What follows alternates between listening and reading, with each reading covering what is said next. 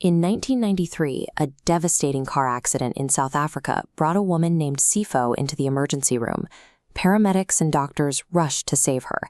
They ran through their standard protocols, applying chest compressions and administering emergency drugs, but her heart refused to beat. The medical team checked her vitals one last time. Finding no pulse and no breath, the attending physicians declared her legally dead. They were entirely certain. At that exact moment, Sipho legally and procedurally transitioned from a patient to a corpse, triggering the cold, standardized machinery for processing the dead. Orderlies wrapped her in a thick plastic body bag, zipped it shut, and transported her down to the local morgue, sliding her into a heavy steel freezer drawer.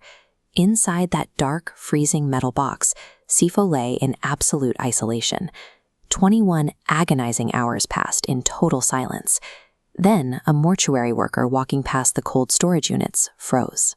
There was a muffled, desperate screaming coming from directly inside Sipho's locked drawer. They scrambled to pull the heavy tray out and tear open the plastic bag. Inside, Sipho was severely frostbitten and struggling for air, but she was alive. The hospital's post-mortem protocol had been followed perfectly, yet despite the clinical certainty of the doctors, they had just processed a living human being for burial. When the medical staff finally stabilized her, Sipho looked up and said only one thing: "I heard everything."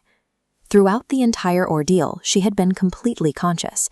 Her mind was entirely awake, taking in her surroundings, while her body was gripped by a total paralysis that made it impossible to twitch a finger or open an eye. She lay trapped inside her own body in the trauma bay, listening as the doctors called out her time of death and abandoned their efforts to save her. A short time later, she listened to her family crying over her unmoving body, unable to provide even the slightest sign that she was still there.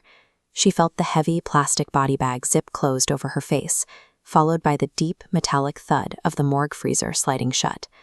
Sipho lay in the darkness, forced to passively attend every step of her own burial preparations. Sipho's survival points to a terrifying biological mystery: how a human heart can sit completely stopped for an extended period and then suddenly start beating again on its own. This maps out Lazarus syndrome. It tracks a flatline, a long gap after failed CPR, and a delayed spontaneous restart. The hypothesis: intense compressions create massive chest cavity pressure, temporarily blocking blood flow.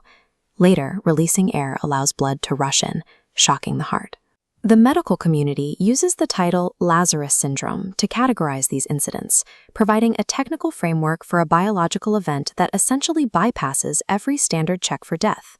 Cases like Sipho's revealed the terrifying ambiguity of biological death, a state that modern instruments can still fail to detect. Sipho's story is horrifying, but it is a documented medical reality. This map illustrates the global scale of the glitch, plotting 38 separate cases worldwide where a patient has woken up after being declared dead. However, this figure is a primary example of survivorship bias. We must consider what the number 38 actually represents. Those 38 people are merely the individuals who happened to wake up in a morgue or a hospital bed, where someone was walking by to hear them scream. These 38 documented cases represent a small fraction of a much larger unknown: the specific group of people who happened to be rescued before it was too late. This leads us to a deeply unsettling logical deduction. What happens to the victims of Lazarus syndrome who do not wake up while still in the morgue? If a body isn't kept in cold storage, the procedural machinery just keeps moving. The body leaves the freezer, gets sealed tightly inside a casket, and lowered directly into the ground. If that delayed heartbeat resumes just a few hours later, there is no mortuary worker walking down the hall.